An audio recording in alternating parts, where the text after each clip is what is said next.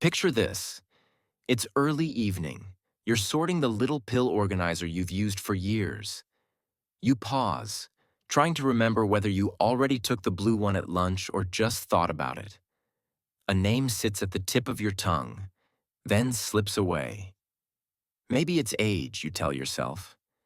Maybe it's just a busy week. But here's a gentle thought to hold.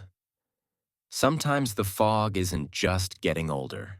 Sometimes the very medicines we trust for sleep, reflux, blood pressure, or cholesterol can nudge the brain off balance, slowly, quietly, over months or years. Tonight we'll walk through it together, like friends at the kitchen table. No scare tactics, no blame. Just clear facts, simple examples, and practical ways to protect your memory while staying healthy. By the end, you'll know what to ask your doctor, what to watch for, and how to feel steady again. Let's start with something many of us have said out loud. I'm over 60, forgetting a few things is normal. And yes, some forgetfulness happens with age, just like reading glasses and creaky knees. But when those lapses grow more frequent, when conversations blur or lists multiply because the first list went missing, it's worth asking a kinder, sharper question. Is it really age, or is something I take every day quietly weighing on my mind? I'm not here to take away anyone's lifeline. Medicines can be wonderful. They ease pain, calm worry, steady the heart, and lower risk. The goal of this conversation isn't to scare you off your prescriptions. It's to give you clearer language and steadier footing, so you and your doctor can choose options that care for both your body and your brain. Think of it like walking a familiar path at dusk. You already know the way, we're just carrying a better flashlight. Here's the heart of what we'll cover over our time together. There are 5 common groups of medications used for sleep or anxiety, allergies or bladder issues, acid reflux, high blood pressure, and cholesterol that can, in some people, chip away at memory and mental clarity. Not overnight and not for everyone, but enough to matter in daily life. We'll also talk about caffeine, not as a villain, but as a powerful tool that can either help you think clearly or, if mistimed or overused, leave the brain a little more tired than it lets on. You'll hear this from me more than once. Please don't stop any medication on your own. That's not safe. What is safe and wise is learning the questions to bring to your next visit. Is this still the best choice for me? Are there safer alternatives for my brain? Can we use a lower dose? If we change, how do we switch gently? These are friendly, practical questions. Good clinicians welcome them. Before we name the specific medicine groups, let's set a calm foundation about why memory can feel fragile after 60. Your brain is still learning and adapting. It truly is. Yet it can be more sensitive to 3 everyday forces: mixed messages from multiple meds, lighter sleep than your younger years, and lower levels of certain nutrients. If a pill disrupts sleep cycles, your brain has less time to tidy, file, and repair. If another pill blunts nutrient absorption, the building blocks that support nerves may run a little short. And when several drugs stack together, the result can be a kind of background fog. Nothing dramatic at first, just enough to make you sigh and say, "Where did I leave my keys again?" Now, I promised we'd keep this grounded. So imagine your mind as a favorite old radio. The station's still there, the music's still beautiful, but a bit of static creeps in. Our job is to track down the sources of static, gently, one by one, and turn the dials back toward clear, warm sound. We'll do that by exploring each medicine category in plain English, noticing what red flags to watch for, and, most importantly, what alternatives or adjustments might bring the music back into focus. You'll notice our rhythm together. A short explanation, a brief real-life moment you might recognize, then a practical what to ask or what to try. No jargon marathons, no guilt, just steady steps. A quick note about fear. It doesn't help learning. If at any point you feel your shoulders tense, roll them back, take a slow breath, and remember, knowledge is a kind of medicine too. Understanding how a reflux pill can lower B12 over time, or how a sleep pill can flatten dream sleep, is not a reason to panic. It's an invitation to fine-tune your plan. We'll also come back now and then to simple supports the brain loves at every age. Unhurried movement, a few daily protein anchors, a calm, dark bedroom, and small moments of mental play. A crossword, a conversation, a new recipe. These aren't buzzwords. They're the quiet bricks of a sturdier mind. As we move forward, keep an ear out for phrases like anticholinergic, GABA, and proton pump. I'll translate them quickly and move on. What matters more is the felt experience you already know. Drowsy days, fuzzy names, light sleep, or a sense that your thoughts take just a little longer to gather. If a description matches your life, there's a good chance that small adjustments, dose, timing, or swapping to a brain-friendlier option can make a real difference. One last promise before we begin the specifics. We'll hold balance. High blood pressure can harm the brain. So can the wrong blood pressure drug for you. High cholesterol raises heart risk. The wrong statin in some people can cloud thinking. The point isn't to throw out the map. It's to redraw it with landmarks you recognize. Then choose a route that keeps both your heart and your memory safe. In a moment, we'll step into the first group. Medicines for anxiety and sleep that work by pressing the brain's brake pedal. If you've ever used one for a rough season, you're not alone. You also deserve to know what to watch for, how long is too long, and what softer tools might help you sleep and steady your nerves without dulling tomorrow's clarity.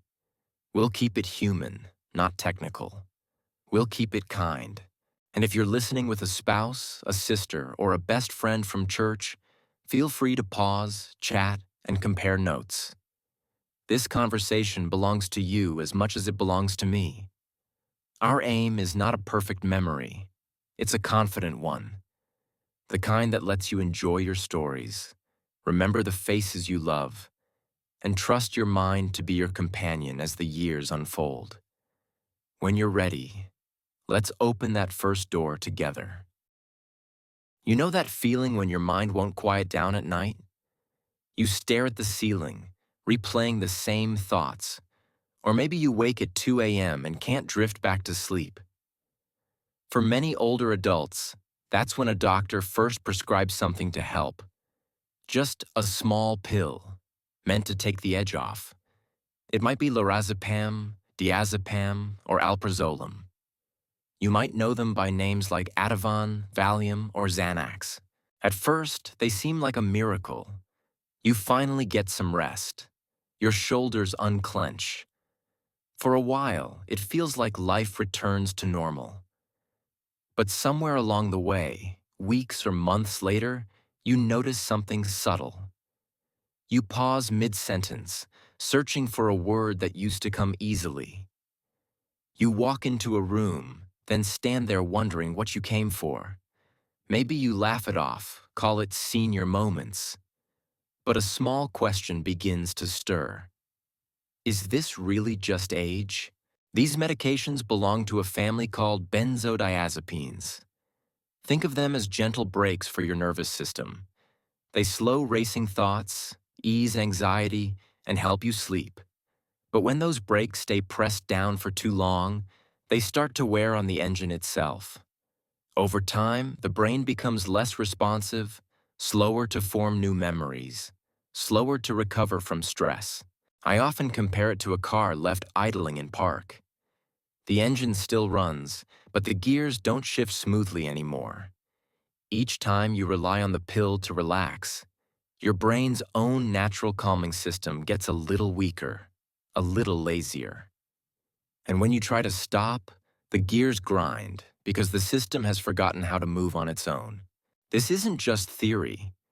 Research shows that using these drugs for more than 3 months can increase the risk of memory problems and confusion, especially for those over 60. And beyond memory, they can affect balance, coordination, even blood pressure when you stand up too fast. Ever felt dizzy or unsteady getting out of bed? Sometimes it's not just the years, it's the chemistry. I remember a man named Thomas, a retired teacher, who told me his story over a cup of tea. "I started taking a little pill for sleep when my wife passed away," he said. "It helped at first, but months later I felt like I was walking through fog. My students' names, people I'd taught for decades, started slipping away."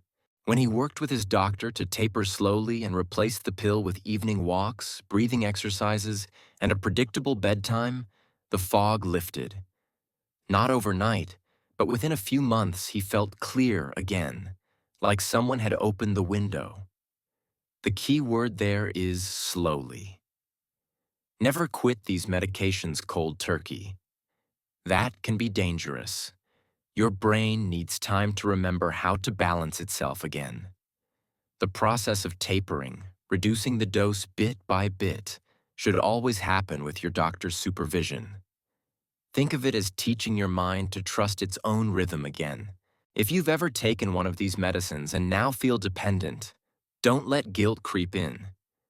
You did what anyone would do when facing sleepless nights or constant worry. The goal now is simply to rebuild. And there are many gentle tools to help. Breathing exercises, relaxation audios, short evening walks, journaling before bed, or herbal supports like magnesium glycinate or chamomile tea. A simple practice I often suggest. When you wake during the night, instead of checking the clock, take a slow breath and silently say, "This is rest too." It may sound small, but it tells the nervous system, "We're safe." Over time, this habit retrains the body to associate nighttime with calm rather than anxiety. There's another layer to this story. These same pills can also affect how your brain clears out toxins during deep sleep. During the REM cycle, your brain acts like a nighttime cleaning crew, sweeping away chemical waste built up during the day. If your sleep is shallow, drug-induced but not restorative, that crew can't do its job. So even though you sleep, your brain wakes feeling unrested, like someone who's been resting on a noisy bus rather than a quiet bed. That's why so many older adults on sleep aids describe mornings that feel hazy. It's not laziness or lack of willpower, it's neurochemistry. The good news? The brain is remarkably resilient. Once deep, natural sleep returns, cognitive sharpness often improves within weeks. Now, what can you do today if you're taking one of these medications? Start by observing yourself, gently and without judgment. Are you forgetting words more often? Feeling groggy after sleep? Moving a little slower to respond or balance? Those may be signs it's time for a medication review. Bring a written list to your next appointment. Say something simple like, "I've been wondering if any of my medications could be affecting my memory or balance. Can we go over them together?" You'd be surprised how many doctors welcome that conversation. Some may offer safer options, non-benzodiazepine sleep aids or behavioral therapies that train your brain to fall asleep naturally again. Here's another secret not everyone tells you. Physical movement is one of the most powerful ways to restore brain rhythm after long-term sedative use. Gentle stretching, light strength work, or even 15 minutes of walking can reignite circulation and help your brain rebuild its internal balance. The more your muscles move, the more your neurons communicate. Have you noticed that after a walk in the morning light, your mood and clarity feel different? Brighter? Steadier? That's your brain remembering how to hum along without chemical breaks. If you've used anxiety or sleep medication for years, please don't lose heart. Your brain can learn again. It may take time and patience, But many people over 60 rediscover deep, refreshing sleep after years of chemical rest. It begins with awareness, compassion for yourself, and a gradual path back to your body's own rhythm. In the next part, we'll look at a different kind of pill, one that seems innocent because it's for reflux or heartburn. You might see it as harmless, even protective, but when taken for years, it can quietly rob the brain of the very nutrients it needs to stay sharp. We'll talk about how that happens, what signs to watch for, and how to protect yourself without losing digestive comfort.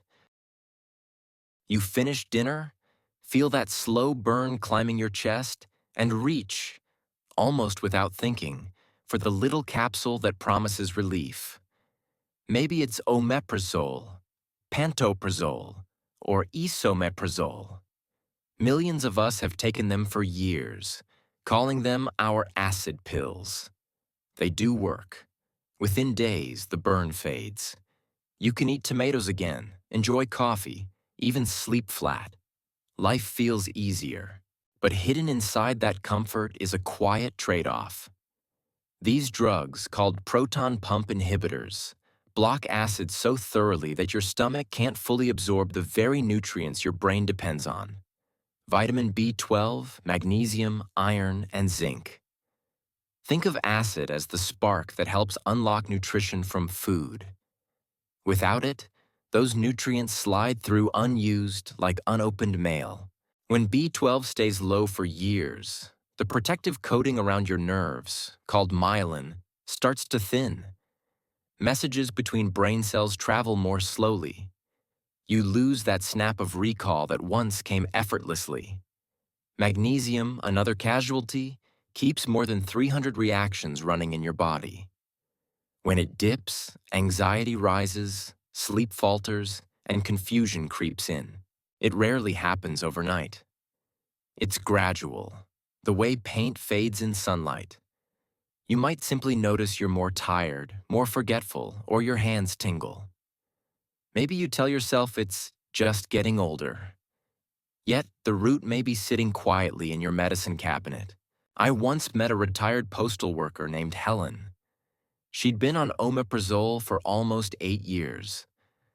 Her heartburn was gone, but she felt drained and foggy, often losing her train of thought mid-conversation. Routine blood work showed her B12 was half of what it should be. After working with her doctor to taper the dose, add probiotics, and switch to a gentler H2 blocker, she started improving within months. "It's like someone opened the curtains," she told me. "This isn't about guilt. It's about awareness. Stomach acid isn't our enemy. It's a partner that helps the brain receive its fuel.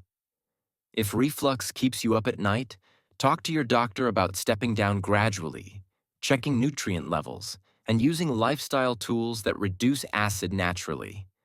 Smaller meals, fewer late-night snacks, and walking for 10 minutes after dinner. Even raising the head of the bed a few inches can make a real difference." There's another layer people rarely hear. Long-term acid blockers can also shift the bacteria living in your gut. Those tiny organisms send constant messages along the gut-brain highway. When the neighborhood changes, less diversity, more harmful strains, the brain feels it. Some people report mood swings or fog they can't explain. Restoring gut balance with fermented foods or a quality probiotic often helps. And then there's sleep. A surprising number of patients on these pills struggle with restless nights. Acid suppression can alter melatonin levels and interfere with magnesium absorption, two key ingredients for deep rest. If you've been sleeping lightly and waking tired, it might not be stress alone. Here's what to bring to your next appointment: a list of every over-the-counter or prescription heartburn remedy you use. A note about how long you've taken each. Simple questions. Could we check my B12 and magnesium levels? Is there a safer alternative or a lower dose? Most clinicians will gladly help you find a balance, because the goal isn't to live with heartburn. It's to live with both comfort and clarity. If you need to stay on these medicines, protect yourself. Eat foods rich in B12, fish, eggs, dairy.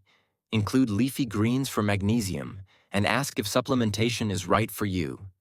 These small steps often bring back energy and focus within weeks. As we move forward, remember this truth. Your body is one connected system. What happens in the gut echoes in the brain. When digestion hums smoothly, so does memory, mood, and concentration. In the next part, we'll look at another class of medications, those prescribed for allergies, bladder issues, and even dizziness, that work by blocking a key brain chemical called acetylcholine. They're everywhere, sometimes hidden in simple PM formulas. We'll explore how to spot them, why they affect memory, and how to keep your mind sharp without giving up comfort.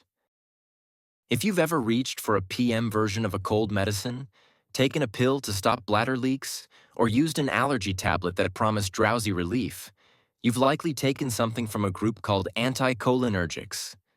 The name sounds technical, but the idea is simple. These drugs block a chemical messenger in the brain called acetylcholine, a vital link in how we think, remember, and focus. Acetylcholine is like the electrical wiring that keeps your mental lights on. When it's flowing, your brain processes thoughts smoothly and connects memories like pages in a book. When it's blocked, those connections flicker.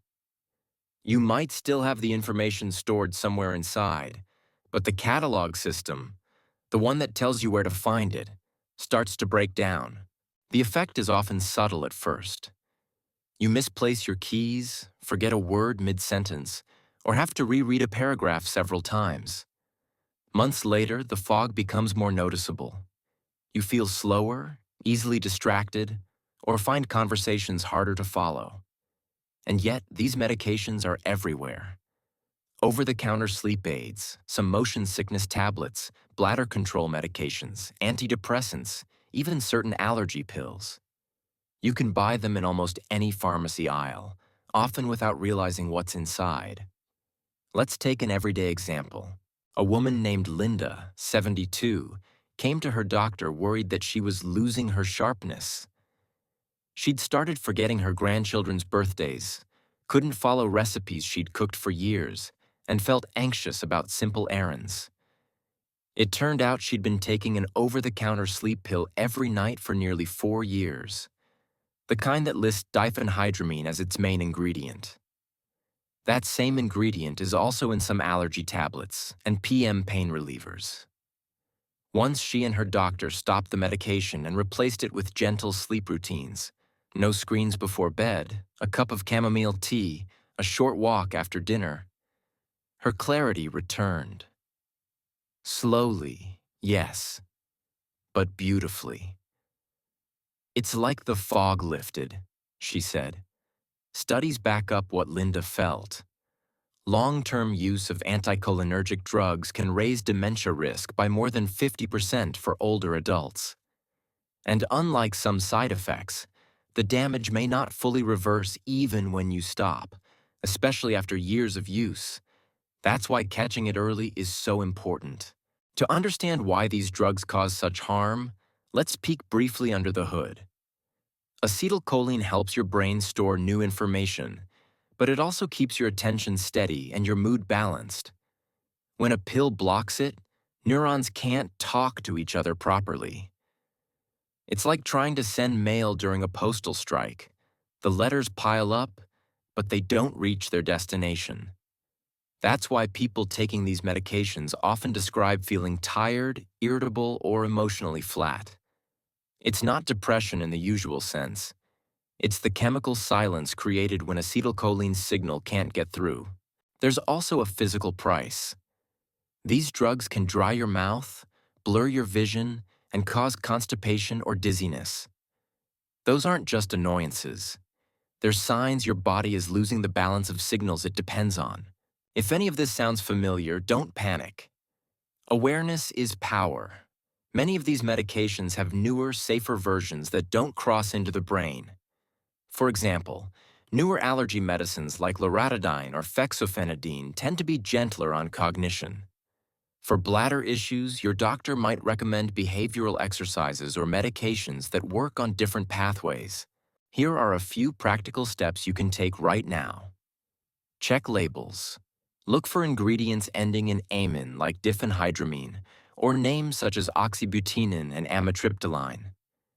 Write them down and bring the list to your doctor or pharmacist. Ask, do any of these affect acetylcholine? Explore non-drug options. Gentle bladder training, pelvic floor exercises, or herbal teas for mild sleep problems often help more than people expect. Support your brain with habits that boost acetylcholine naturally. Eating eggs, salmon, leafy greens, and staying mentally active with crosswords, reading, or learning something new. It's never too late to clear the fog. Your brain can recover and adapt. I've seen older adults regain their confidence, memory, and sparkle after letting go of these hidden culprits. Remember, every small change helps. Swapping one pill, adding one walk, or improving one night of sleep, it all adds up. You're giving your brain the chance to breathe again, to reconnect the lines that age and chemistry may have tangled. In our next part, we'll move to a medicine many rely on for blood pressure, the calcium channel blockers. They're crucial for heart health, but some can quietly slow the very communication that keeps your mind sharp. You'll learn how to protect both your heart and your memory without losing one to save the other. High blood pressure creeps up quietly. For years, it gives no warning, just numbers that edge higher during each checkup until one day your doctor says, "We need to start medication." You nod, take the prescription, and feel a small wave of relief. You're doing what you're supposed to. You're protecting your heart. And that's true. You are. But what most people over 60 aren't told is that not all blood pressure medications are created equal when it comes to the brain. Some of the most common, drugs called calcium channel blockers, like amlodipine, nifedipine, or verapamil, work by relaxing the arteries and slowing how calcium moves into muscle cells. That relaxation lowers pressure and keeps the heart from straining too hard.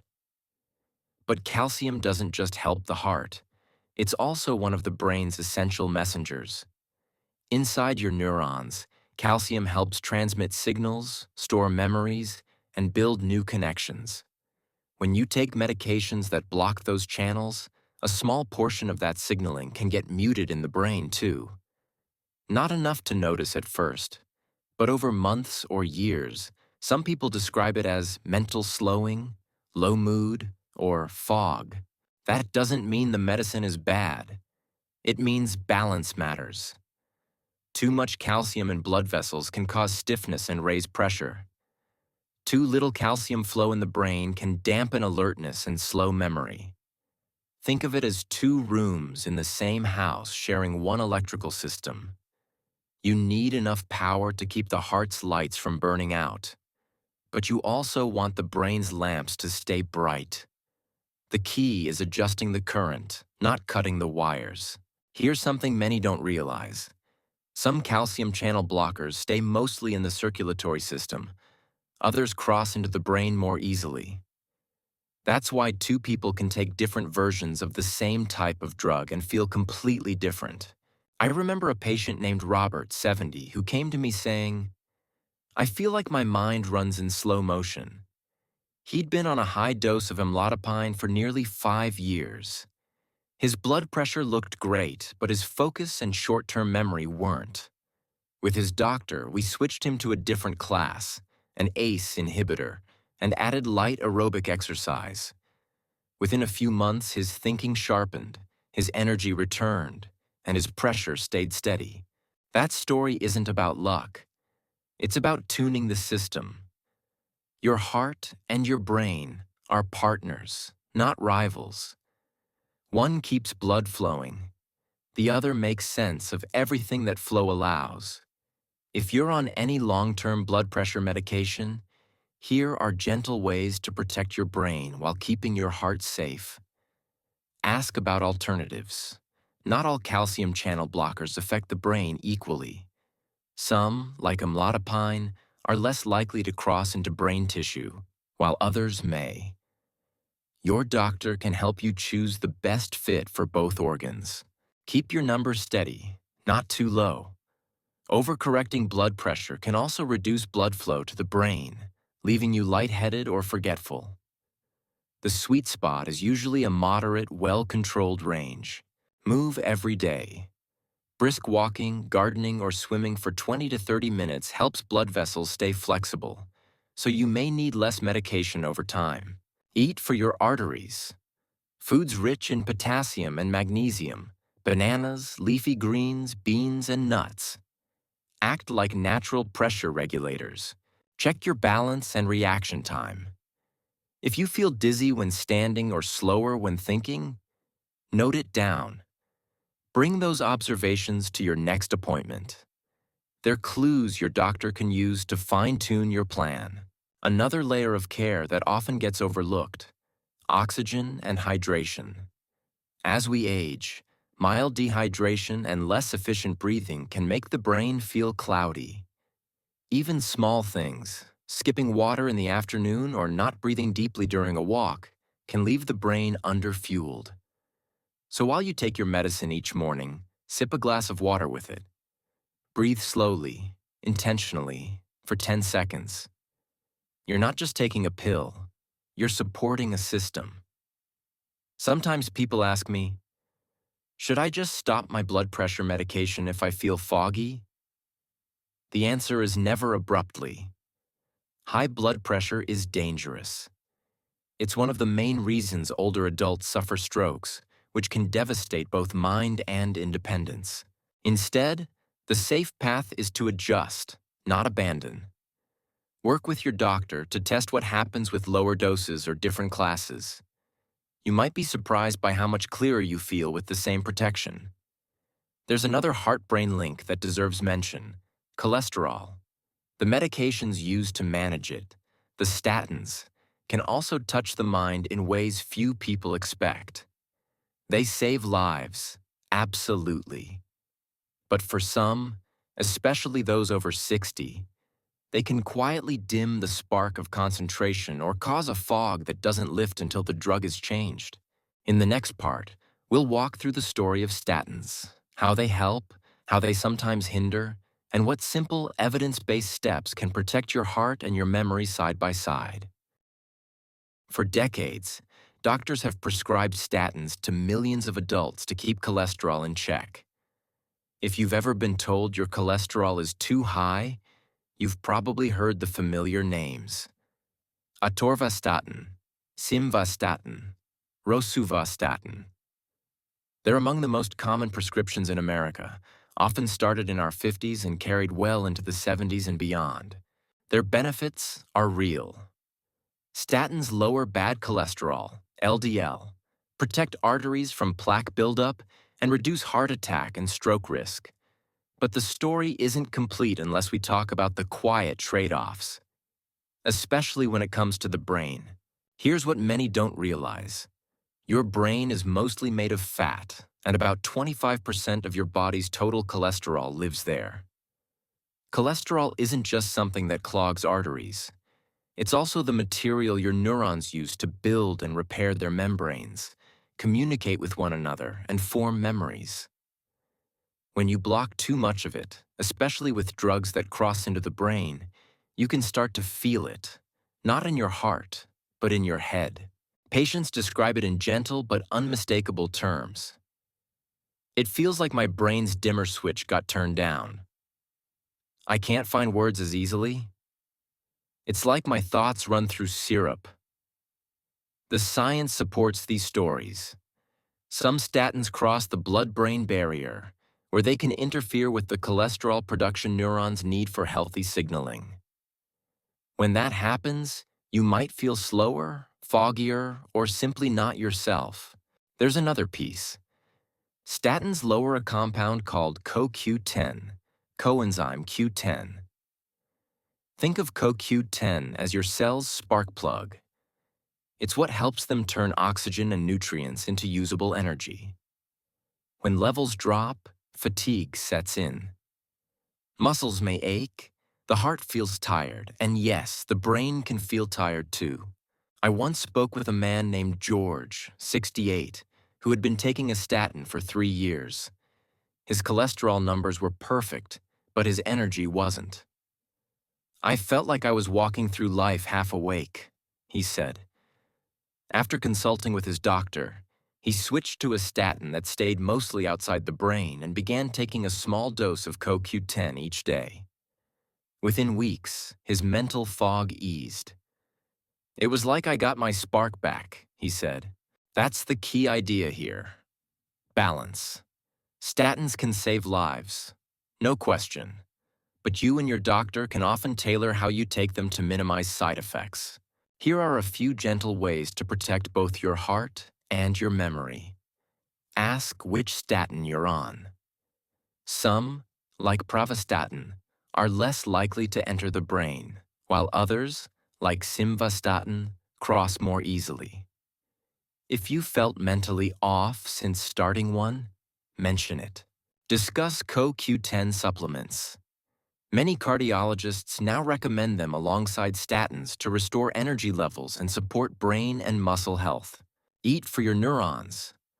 Omega-3 fats from salmon, sardines, walnuts, and flaxseed help keep cell membranes flexible, counterbalancing some of the rigidity statins can cause. Watch your timing. Taking statins at night often aligns with your body's natural cholesterol production, which can reduce the needed dose and side effects. Stay active. Exercise boosts HDL, good cholesterol, and stimulates a growth factor in the brain called BDNF, like fertilizer for new connections. If you're thinking, but I need my statin, you're not wrong. The goal isn't to stop life-saving medication. It's to fine-tune your plan so that your brain stays as protected as your arteries. And remember, diet and movement play enormous roles in cholesterol balance. A meal rich in leafy greens, olive oil, beans, and whole grains does more than lower LDL. It feeds the brain. Fiber helps the body flush excess cholesterol. Antioxidants from colorful produce keep neurons safe from oxidation. You might be surprised by how quickly small changes help.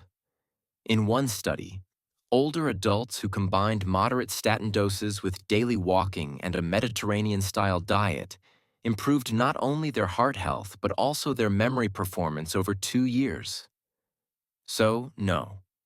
Statins are not villains. They're tools.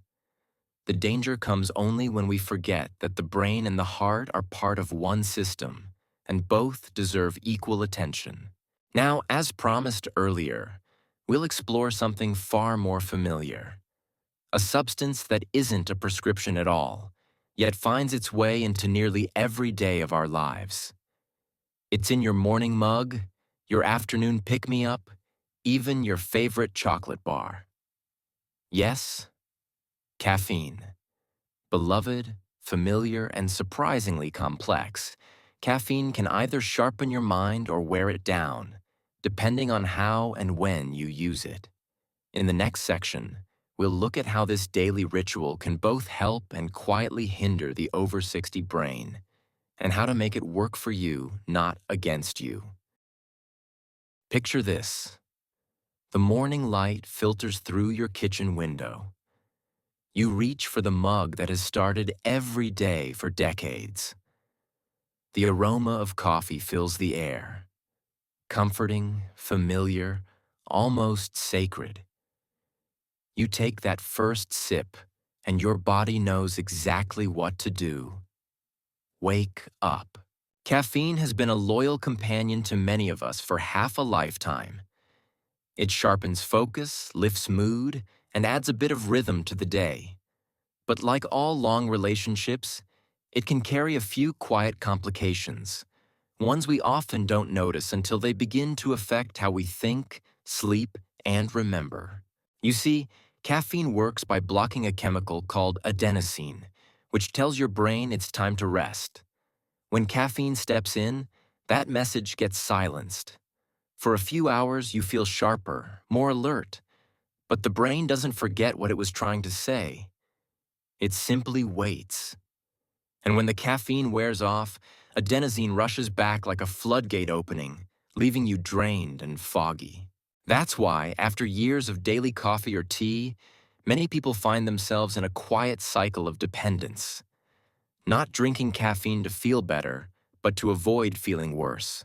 Now, let's be clear. Caffeine isn't a villain. In moderation, it can help protect the brain.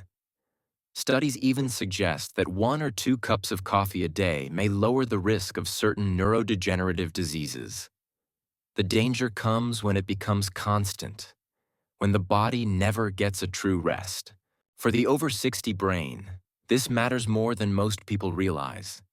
As we age, our metabolism slows and caffeine lingers in the system longer. A cup that once kept you alert for 2 hours may now echo into bedtime, stealing precious deep sleep. The stage when your brain clears toxins, repairs cells, and locks new memories in place. Think of your brain like a busy office. Each night, a cleaning crew arrives to file papers, throw out garbage, and prepare for tomorrow. But if caffeine keeps the lights on too late, that crew never finishes the job. The next morning, the office looks tidy enough, but open a drawer, and you'll find piles of unfinished work.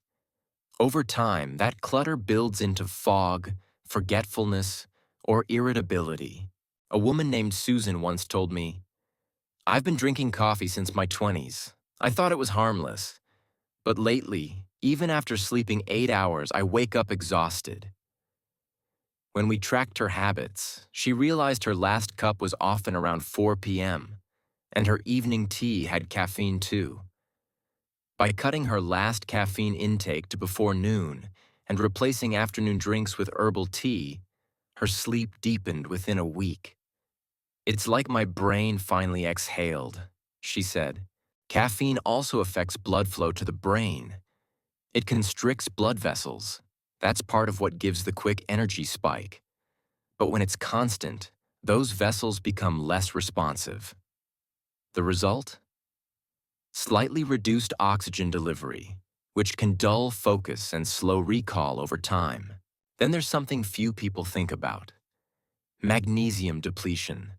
Caffeine is mildly diuretic, meaning it nudges your body to lose water and minerals faster. Low magnesium, in particular, can leave you tense, anxious, or prone to muscle cramps. And it's the same mineral your brain relies on for calm and steady nerve function. If you've ever felt jittery, anxious, or strangely tired after too much coffee, that's not weakness. That's biology reminding you that even good things need balance. Here are a few gentle ways to make caffeine your ally again. Time it wisely. Try to keep all caffeine before noon. Your body's natural rhythm will thank you. Drink water alongside. For every cup of coffee or tea, have a small glass of water. It keeps hydration balanced and minerals steady. Mind your portions. A cup in research terms means about 6 to 8 ounces, not a 20-ounce tumbler. Take caffeine breaks. Every few weeks, reduce your intake for a few days. It helps your brain reset its sensitivity so smaller doses work better. Pair caffeine with movement, not anxiety. Use that burst of focus for a walk, light exercise, or creative work, not endless scrolling or stress. Another small but powerful tip: if you love your morning ritual, don't give it up. Simply shift it. Have 1 cup of regular coffee in the morning, then switch to decaf or herbal teas in the afternoon. You still get the warmth, the comfort, the pause, without the sleep debt. And when you do rest, truly rest. Dim the lights, quiet the screens. Let your body remember how to slow down. Deep sleep is your brain's true medicine, far more powerful than any pill. In the next part, we'll step back and look at the bigger picture. What all these lessons mean together. You'll see that protecting your brain doesn't require fear, but awareness. Small adjustments, smarter choices, and respect for how beautifully connected the body really is. We'll also talk about natural alternatives, safe transitions, and how to rebuild clarity after years of relying on medications that may have dulled it. By now, you might be looking at your own medicine cabinet with a mix of curiosity and caution. Maybe a few of those names sound familiar. A reflux pill, a sleep aid, something for cholesterol or blood pressure. And maybe you're wondering, what now? Here's the good news. The story doesn't end with worry. It begins with awareness. And awareness opens the door to choice. Even if you've been taking one of these medications for years, it's possible to protect your brain, regain clarity, and make your treatments work with your body rather than against it. Let's talk about how. 1. Never stop on your own. Partner with your doctor. Every medication we've talked about serves a purpose. That purpose doesn't disappear just because you've learned its risks. What you can do is walk into your next appointment with calm confidence. You might say, "I've been learning about how certain medications affect memory. Could we review mine together to see if any changes might help?" This is not confrontation. It's collaboration. A good doctor appreciates an informed patient. Often they'll suggest gradual tapering, substitution, or added nutrient support. Sometimes the safest first step is simply testing your vitamin B12 or magnesium levels, or adjusting a dose. Think of it as tuning an instrument. The music of your health doesn't need to change. It just needs to stay in key. 2. Use therapy and movement as medicine. If you've been using anxiety or sleep medications, combining cognitive behavioral therapy, CBT, with gentle physical activity can transform how your brain handles stress. CBT teaches your mind to redirect anxious loops into calmer patterns, while exercise boosts blood flow and serotonin, your natural mood stabilizer. Even small actions count. 10 minutes of slow stretching, mindful breathing, or a short walk before bed can lower stress hormones and help you sleep more deeply than any pill can promise. One woman, Ellen, 69, shared that she replaced her nightly sedative with a simple ritual: warm shower, 5 minutes of gratitude journaling, lavender oil on her wrists. It took a few weeks, but her sleep grew sounder, and her mornings clearer. It's the difference between drugged rest and real rest, she said. 3. Rebuild your nutrient foundation. For those who've used reflux medicines or statins, nutrient loss is a hidden but reversible cause of fog. Vitamin B12, magnesium, and CoQ10 are the silent trio behind focus, energy, and memory. Ask your doctor about testing these levels. If they're low, replenishing them can change how you feel within weeks. Many older adults find that a balanced multivitamin or foods rich in these nutrients, salmon, eggs, spinach, almonds, bring back a steady mental brightness they hadn't realized was missing. 4. Support your brain's communication system. If you've relied on allergy or bladder medications, focus on restoring acetylcholine naturally. This messenger thrives on good fats, choline, and mental activity.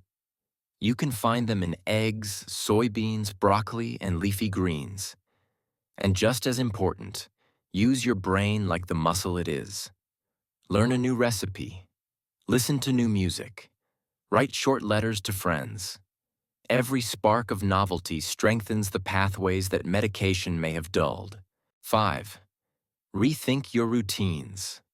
Our habits are quiet architects of our health. Take caffeine. Maybe you don't need to cut it, only to time it better. Or if your reflux flares at night, perhaps your evening meal can be lighter or earlier. When you see your daily rituals as choices, not chores, you regain control. The body loves rhythm, and the brain thrives on predictable kindness. 6. Mindfulness is modern medicine too. The over 60 brain is wiser but often overloaded. We carry memories, worries, and what-ifs.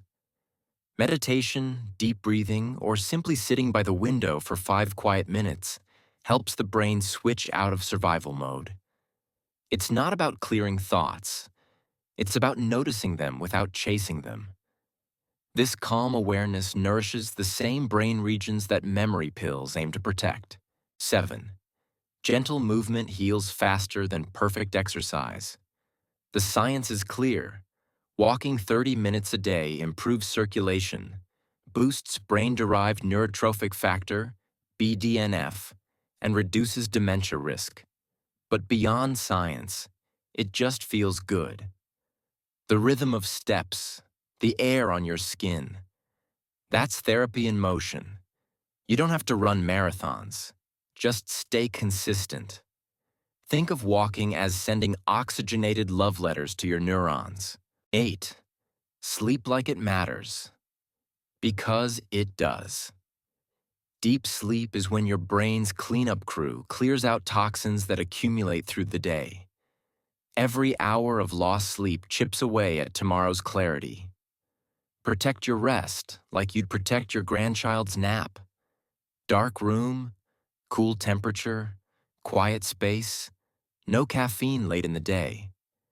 And if sleep feels stubborn, use light instead of pills. Bright sunlight in the morning helps reset your body's clock naturally. 9. Stay connected. One of the strongest predictors of brain health is human connection. Call friends, share stories, volunteer, or simply chat with a neighbor. Every laugh and shared moment releases oxytocin and keeps emotional circuits alive. A kind of cognitive exercise no supplement can replace. All these small steps weave together. And over time, they restore what medication side effects may have quietly taken: energy, steadiness, and the joy of being present. It's not about perfection. It's about tuning in, listening, adjusting, giving your brain a chance to remember what clarity feels like. In our next part, we'll bring everything together: the wisdom, the science, and the gentle truth that aging doesn't have to mean fading. We'll close this journey with reflection, reassurance, and a simple invitation to keep learning at your own pace, in your own time. Let's take a breath together. You've traveled through a lot, not just facts about medications and memory, but something deeper: the realization that your brain, even now, is alive with potential. I like to picture the mind at this stage of life as a great oak tree. It's not as flexible as a sapling, maybe, but it's strong, deeply rooted, and wise. Every ring in that trunk represents storms weathered, laughter shared, lessons learned. You've built resilience that no pill could ever imitate. But even the oldest tree needs sunlight, water, and care. That's what this conversation has been about: learning which branches to trim, which habits to nurture, and how to protect the living system that carries your memories, your stories, your spark. We began with a simple idea. Sometimes the medications that help our bodies can quietly trouble our minds. We talked about sleep aids that slow your thinking, reflux pills that rob you of nutrients, allergy and bladder medications that block your brain's natural fuel, blood pressure pills that dull mental sharpness, and statins that can sap energy. Then we visited caffeine, our daily companion, and discovered how something as comforting as coffee can both sharpen and shadow the mind, depending on timing and balance. Each one of these stories shared a common thread. Awareness is healing. The moment you understand what's happening, your brain begins to protect itself differently. You start noticing patterns. Why do I feel foggy after this? Why do I sleep better when I skip that? Why do I think more clearly when I walk each morning? That noticing, that curiosity, is your greatest medicine. Aging doesn't mean decline. It means adjustment. It means your body asks for a different rhythm, one built on balance, nourishment, and gentleness. It means your brain can still learn, adapt, even grow new pathways well into your 70s and 80s, as long as you give it the right environment. Here's what that environment looks like, distilled from everything we've discussed. Consistency. The brain loves rhythm. Go to bed and wake up at similar times. Eat real food, not just convenient food. Keep small routines sacred. Movement. Not punishing workouts, just daily movement. Walks, gardening, stretching. Oxygen is the best memory supplement you'll ever find. Curiosity. Read. Ask questions. Try new recipes. Curiosity lights up the same brain circuits that medication side effects tend to dim. Kindness. To yourself most of all. Blaming your body for aging is like scolding the ocean for having waves. You've earned this chapter. If there's one truth I hope you carry, it's this. Your memory isn't slipping away uncontrollably. It's responding to chemistry, to habits, to rest, to love. Every day offers the chance to restore balance. And if you've been feeling frustrated or scared about forgetfulness, take heart. The fog isn't a verdict, it's a signal. Most of the time, it's your body's quiet way of saying, I need a gentler tune. So tonight, when you open your pill organizer, pause for just a moment. Look at those small tablets and remember, they are tools, not your whole story. You get to decide, with your doctor and your own intuition, how they fit into your journey, how to use them wisely, and when to let them go.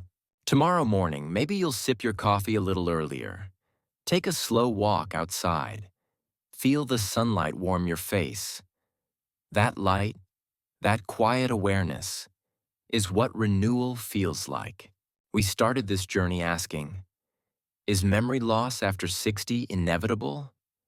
And now you know, in many cases, it's not. The brain is remarkably forgiving when given rest, nutrients, and time. You don't need to fear every forgetful moment. You just need to listen a little closer to what your body is saying. So if you're watching this tonight, remember, you're not alone in this.